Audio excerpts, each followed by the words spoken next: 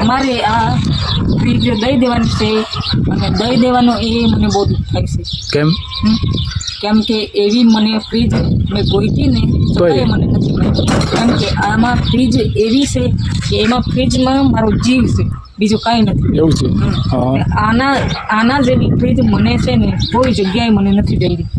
Fridge A મને એટલી બધી ગમે છે ને એને દેવાનું તો મન નથી થતું. એવું નથી, આ જૂનું ફ્રીજ થઈ ગયું છે. આ છે ને 15 થી 17 ટાવર આ ફ્રીજના થઈ ગયા, એ બરોબર? ભલે 15 હોય કે 16 હોય એમાં મારે કોઈ મતલબ નથી, પણ ફ્રીજ મારી એટલી ફેવરેટ છે ને કે એમાં મારો હાવ તમે જીવ માનો ને તો જીવ જ માની લો, એટલી મારું વાલી છે ફ્રીજ.